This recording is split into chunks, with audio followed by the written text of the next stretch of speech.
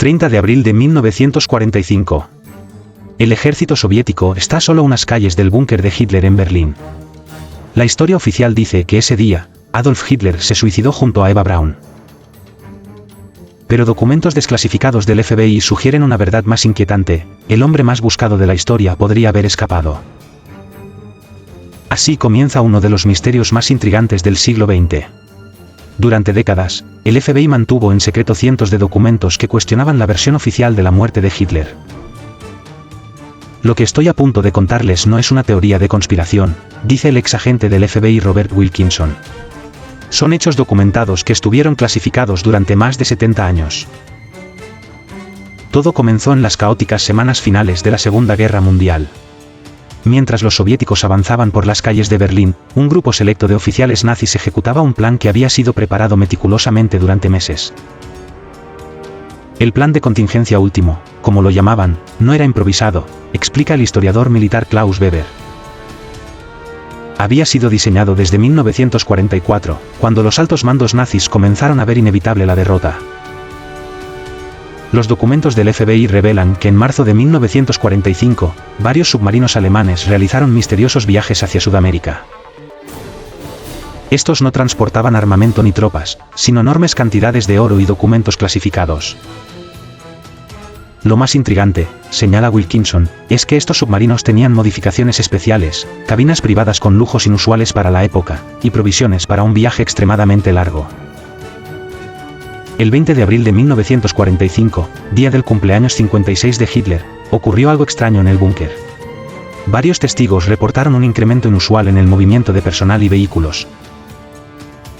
La explicación oficial era que se estaban destruyendo documentos, pero los registros desclasificados sugieren otra cosa. Ese día, explica Weber, varios camiones militares salieron del búnker hacia diferentes direcciones. Lo curioso es que los registros soviéticos nunca encontraron estos vehículos. Elena Zebskaya, la intérprete soviética que más tarde sería asignada a identificar los restos de Hitler, notó inconsistencias desde el principio. Los cuerpos que encontramos estaban muy quemados, casi irreconocibles. El único método de identificación fueron los registros dentales, pero incluso estos presentaban discrepancias. Los documentos del FBI revelan que en mayo de 1945, varios testigos reportaron haber visto a Hitler en diferentes lugares de Europa. Lo más inquietante es que muchos de estos testimonios coincidían en detalles específicos que no eran de conocimiento público. Un informe particularmente intrigante, señala Wilkinson, proviene de un oficial de inteligencia británico que describió haber visto a Hitler abordar un avión privado en Dinamarca el 2 de mayo de 1945. El detalle crucial es que mencionó un vendaje en la mano izquierda de Hitler, una lesión que no era conocida públicamente en ese momento. Los registros muestran que J. Edgar Hoover, director del FBI, tomó estos reportes muy en serio. Entre 1945 y 1947, la agencia destinó considerables recursos a investigar las apariciones reportadas de Hitler en Sudamérica. Hoover no era un hombre que persiguiera fantasmas, explica Wilkinson. Si ordenó estas investigaciones, era porque tenía razones sólidas para dudar de la versión oficial. Un documento particularmente revelador es el testimonio de Karl Donitz, el sucesor designado por Hitler. En un interrogatorio clasificado, Donitz mencionó que la Marina alemana había identificado zonas seguras en Argentina donde un submarino podría atracar sin ser detectado. Lo fascinante del testimonio de Donitz, dice Weber, es que describe específicamente áreas en la costa patagónica que más tarde se confirmaría fueron utilizadas por submarinos nazis que escaparon de Alemania. Los registros bancarios suizos desclasificados en 2015 revelaron otro detalle intrigante: grandes cantidades de oro nazi fueron transferidas a cuentas en Argentina en las semanas previas y posteriores a la caída de Berlín. Estos no eran movimientos aleatorios de recursos, explica la historiadora financiera María Schneider. Eran transferencias meticulosamente planificadas, diseñadas para establecer una infraestructura económica en Sudamérica. Uno de los documentos más inquietantes es un informe del 7 de mayo de 1945, escrito por un agente del OSS, precursor de la CIA, estacionado en España. El informe detalla una conversación con un diplomático español que afirmaba haber facilitado documentos de viaje para altos funcionarios nazis. Lo que hace este informe particularmente creíble, señala Wilkinson, es que incluye detalles específicos sobre rutas de escape y puntos de contacto que solo se confirmarían años después con el descubrimiento de la Red Odessa. La Red Odessa, una organización secreta creada para ayudar a los nazis a escapar de Europa, jugó un papel crucial en esta historia. Los documentos del FBI revelan que esta red había establecido una elaborada ruta de escape conocida como la Rata Line, la línea de ratas. El sistema era ingenioso, explica Weber. Utilizaban monasterios católicos como puntos seguros, donde los fugitivos podían ocultarse mientras se preparaban sus nuevas identidades. Muchos de estos monasterios estaban en áreas remotas de Austria e Italia. Un testimonio particularmente revelador proviene de un monje que trabajó en uno de estos monasterios. En un documento fechado en 1952, describe a un grupo de invitados especiales que llegaron en la noche del 1 de mayo de 1945. Aunque no menciona específicamente a Hitler, sus descripciones de las medidas de seguridad y el respeto con que se trataba a uno de los visitantes son sugestivas. El monje menciona algo interesante, señala Wilkinson. Dice que uno de los visitantes nunca se quitaba los guantes y evitaba ser visto directamente. También nota que este individuo parecía tener problemas para caminar, consistente con los problemas de salud conocidos de Hitler. Los registros de la inteligencia argentina de la época, recientemente desclasificados, muestran un aumento significativo en la actividad de submarinos no identificados en la costa patagónica durante mayo y junio de 1945. Lo más intrigante, dice la historiadora naval Patricia Martínez, es que estos avistamientos coinciden perfectamente con las fechas en que, según los documentos del FBI, se reportaron las primeras apariciones de Hitler en Argentina.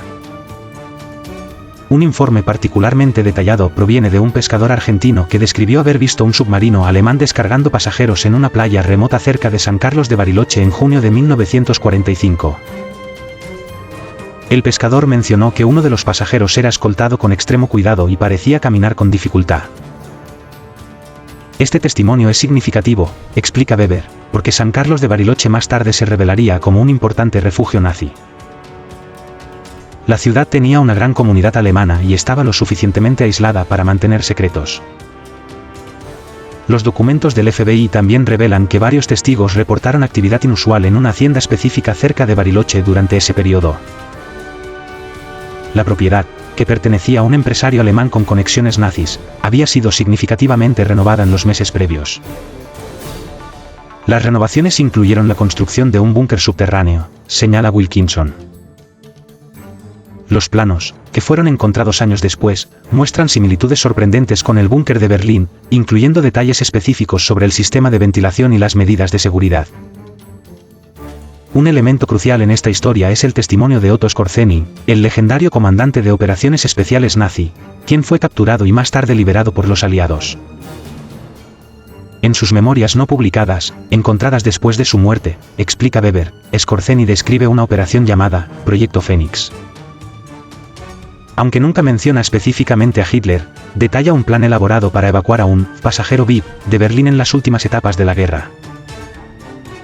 Los documentos del FBI contienen un informe fascinante sobre un interrogatorio a Skorzeny en 1948.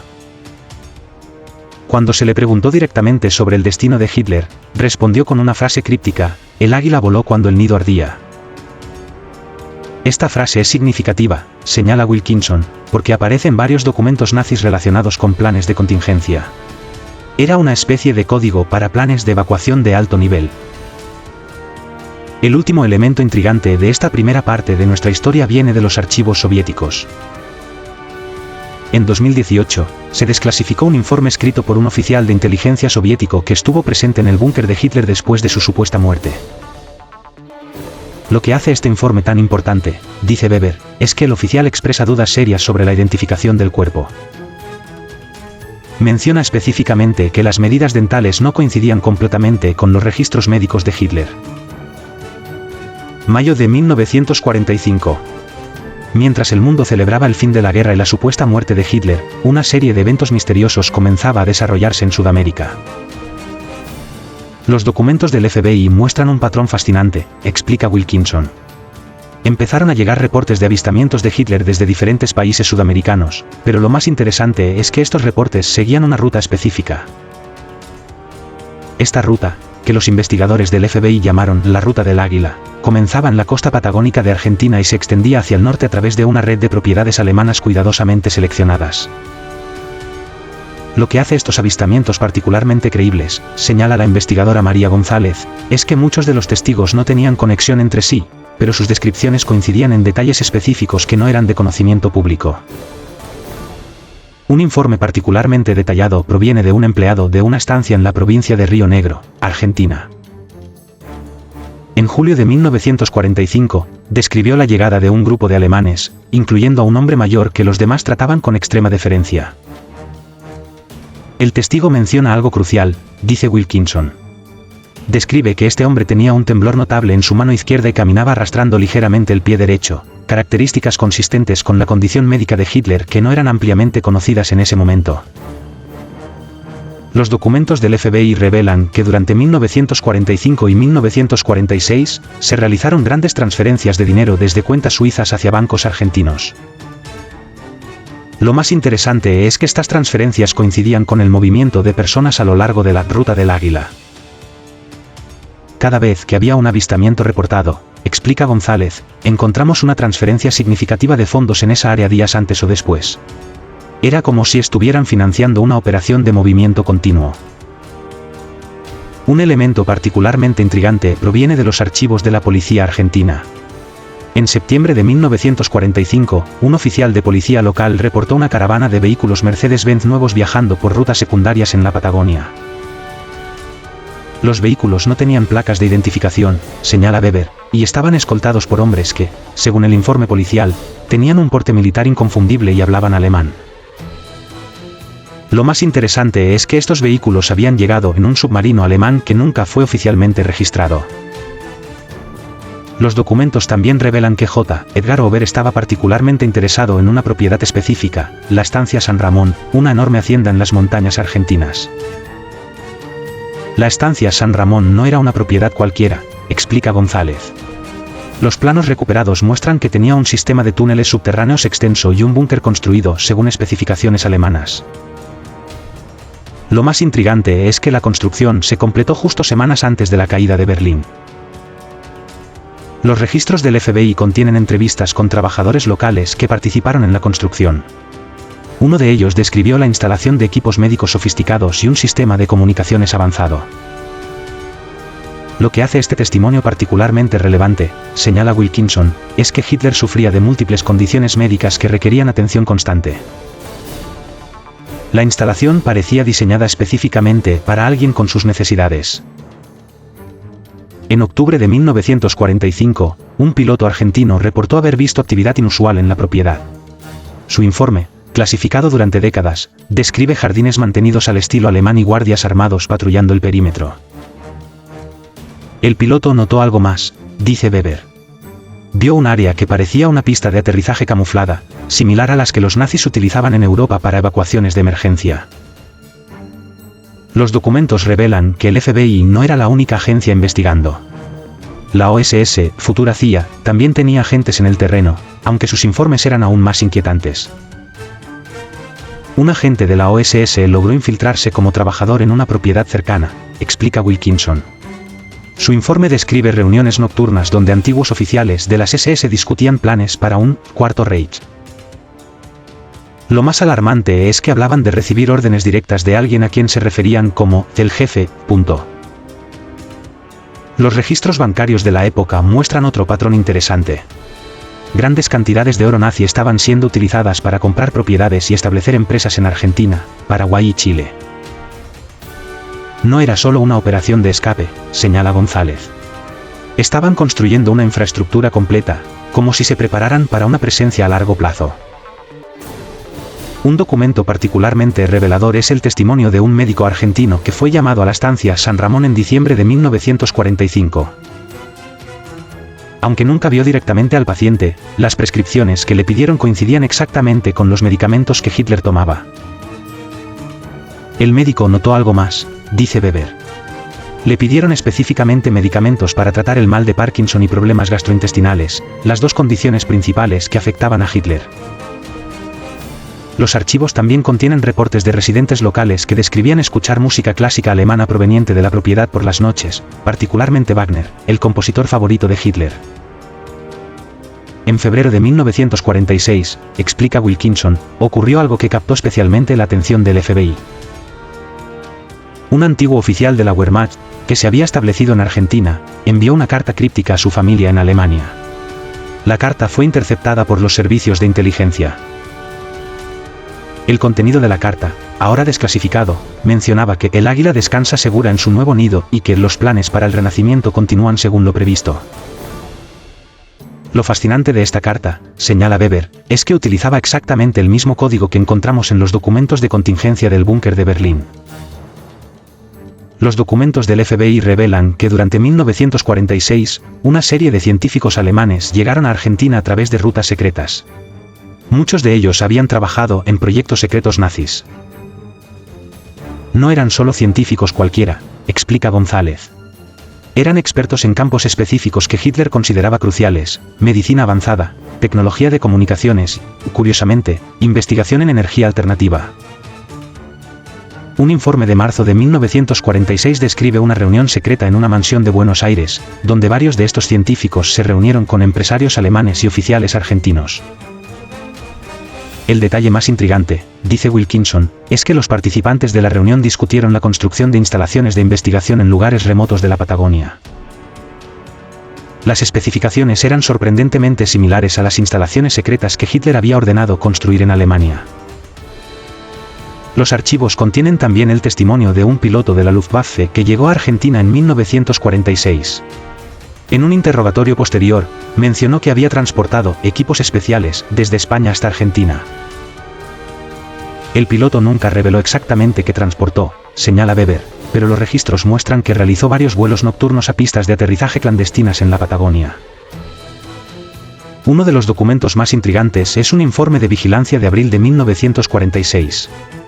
Agentes del FBI observaron una serie de reuniones en una propiedad cercana a Bariloche, donde antiguos oficiales de las SS se encontraban regularmente. Lo que hace este informe particularmente interesante, explica González, es que los agentes notaron un patrón: cada luna llena, llegaba un vehículo con cortinas oscuras. Los oficiales presentes mostraban un respeto extraordinario hacia quien fuera que estaba en ese vehículo. Los documentos revelan que para mediados de 1946, una red completa de propiedades, empresas y contactos había sido establecida en Sudamérica. El FBI la llamó Die Spinne, la araña, debido a cómo sus conexiones se extendían por todo el continente. No era solo una red de escape, explica Wilkinson. Era una infraestructura completa diseñada para sostener una comunidad nazi en el exilio, con sus propios recursos, comunicaciones y sistema de seguridad. Un elemento particularmente revelador fue descubierto en los archivos de la policía chilena. En agosto de 1946, un oficial reportó una conversación extraña con un conductor alemán que transportaba suministros a una colonia remota. El conductor mencionó algo inquietante, dice Weber. Habló sobre entregas regulares de equipos médicos específicos y comidas especiales preparadas según una dieta muy estricta. La lista de requerimientos coincidía exactamente con las necesidades dietéticas conocidas de Hitler. Los documentos del FBI revelan que entre 1947 y 1955, la agencia recibió docenas de informes creíbles sobre Hitler en Sudamérica. Pero lo más intrigante no eran los avistamientos en sí, sino los patrones que emergían de ellos. Cada avistamiento estaba conectado con eventos específicos en la comunidad alemana local, explica González. Celebraciones privadas, reuniones secretas, transferencias importantes de dinero. Era como si alguien estuviera dirigiendo todo desde las sombras. En 1948, un documento particularmente revelador llegó a manos del FBI. Era el diario de un antiguo oficial de las SS que había fallecido en un accidente en Argentina. El diario contenía algo extraordinario, señala Wilkinson. Describía reuniones regulares con alguien a quien se refería como Der Führer en una propiedad remota. Las fechas, ubicaciones y detalles eran extremadamente específicos. Las entradas del diario describían a un hombre envejecido pero que mantenía una fuerte presencia sobre sus seguidores. Mencionaba sus problemas de salud, incluyendo temblores cada vez más pronunciados, pero también su determinación inquebrantable. Lo que hace este diario tan creíble, explica Weber, es que menciona detalles médicos sobre Hitler que no se hicieron públicos hasta décadas después, como sus problemas gastrointestinales específicos y su dieta vegetariana estricta. Los documentos del FBI también revelan un patrón intrigante en las actividades bancarias. Entre 1948 y 1952, una serie de cuentas suizas vinculadas al oro nazi realizaron transferencias regulares a propiedades específicas en Argentina. Estas no eran transferencias aleatorias, señala González. Seguían un patrón meticuloso, coincidiendo con fechas significativas en el calendario nazi y con reportes de reuniones secretas en la región. Un informe de 1949 describe una ceremonia privada en una estancia remota, donde antiguos oficiales nazis se reunieron para conmemorar el cumpleaños de Hitler. Lo significativo, dice Wilkinson, es que los testigos describieron la presencia de un invitado de honor, que observaba la ceremonia desde una ventana del segundo piso, cuidadosamente protegido de miradas indiscretas. Los archivos contienen un elemento particularmente fascinante, fotografías aéreas tomadas por la inteligencia estadounidense entre 1950 y 1952 de varias propiedades sospechosas en Argentina. Lo que estas fotos revelan es asombroso, explica Weber. Muestran patrones de seguridad elaborados, similares a los utilizados en los complejos de Hitler en Alemania.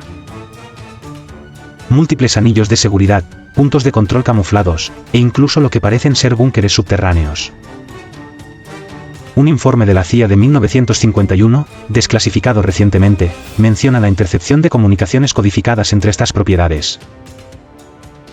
El código era una variación del utilizado por el alto mando nazi durante la guerra. Lo más intrigante, señala Wilkinson, es que estas comunicaciones seguían una cadena de mando clara. Todas las decisiones importantes parecían venir de una única fuente, alguien a quien se referían solo como el arquitecto. Los documentos revelan que en 1952, un antiguo ayudante de Hitler fue localizado viviendo bajo un nombre falso en Paraguay. Durante su interrogatorio, hizo una declaración críptica: el Führer no murió en Berlín. Encontró su verdadero destino en el Nuevo Reich. Este testimonio coincide con otros, explica González. Varios antiguos nazis capturados en diferentes países hacían referencias similares a un Nuevo Reich en Sudamérica, siempre con la implicación de que Hitler estaba vivo y al mando. En 1953, un evento particular captó la atención del FBI. Una serie de empresas alemanas en Argentina realizaron grandes compras de equipos médicos especializados, incluyendo tratamientos para el Parkinson avanzado. Lo significativo, dice Weber, es que estos eran exactamente los mismos tratamientos que Hitler habría necesitado en ese momento, según la progresión conocida de su enfermedad. En 1954 ocurrió algo que hizo que el FBI intensificara su investigación, explica Wilkinson. Un fotógrafo freelance en Bariloche logró tomar una imagen distante de una figura observando desde el balcón de una mansión remota. Aunque la calidad de la foto no era suficiente para una identificación definitiva, los expertos en análisis fotográfico del FBI notaron similitudes inquietantes con Hitler. La fotografía mostraba a un hombre mayor, parcialmente oculto, con un bigote recortado y cabello gris. Lo más interesante era su postura característica, ligeramente inclinada hacia la derecha, consistente con los problemas de salud conocidos de Hitler. Los análisis de la época no eran concluyentes, señala Weber, pero cuando la foto fue analizada nuevamente en 2018 con tecnología moderna, los expertos encontraron detalles fascinantes. La estructura facial, la postura y especialmente la forma de las orejas mostraban coincidencias significativas con las últimas fotos conocidas de Hitler. Los documentos del FBI revelan que en 1955, la agencia recibió información sobre una serie de reuniones secretas en diferentes ubicaciones de Argentina. Lo peculiar era que estas reuniones seguían un patrón similar a las conferencias militares que Hitler solía realizar. Los informantes describían algo muy específico, dice González. Las reuniones siempre ocurrían al atardecer, los participantes debían pasar por múltiples controles de seguridad, y nadie podía llevar armas o dispositivos de grabación. Era exactamente el protocolo que Hitler seguía en sus últimos años en Alemania. Un documento particularmente intrigante es el testimonio de una enfermera alemana que trabajó en una de las propiedades sospechosas. Aunque nunca vio directamente al paciente especial, sus descripciones de los tratamientos y medicamentos coincidían exactamente con lo que se sabía sobre la condición médica de Hitler. La enfermera mencionó algo crucial, señala Wilkinson. Describió que el paciente sufría de temblores severos y problemas digestivos, pero lo más significativo era su descripción de sus hábitos. Vegetariano estricto, horarios precisos, y una obsesión por la limpieza. Todos rasgos característicos de Hitler. Los archivos también contienen reportes de actividad inusual en puertos argentinos durante este periodo. Barcos con banderas neutrales realizaban entregas regulares de suministros a ubicaciones específicas.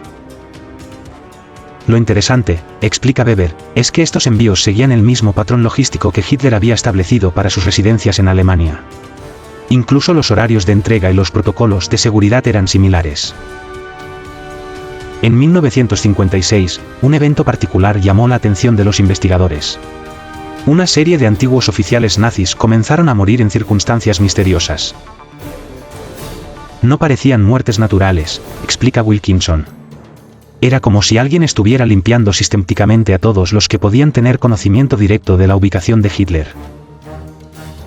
Los documentos revelan que para 1957, la red de propiedades y contactos comenzó a desmantelarse gradualmente. Las transferencias de dinero se volvieron menos frecuentes y muchas de las propiedades fueron vendidas o abandonadas. Era como si la operación entera estuviera cerrándose, señala González. Como si su propósito principal ya no existiera. Un último documento, fechado en 1960, proporciona quizás la pista más intrigante.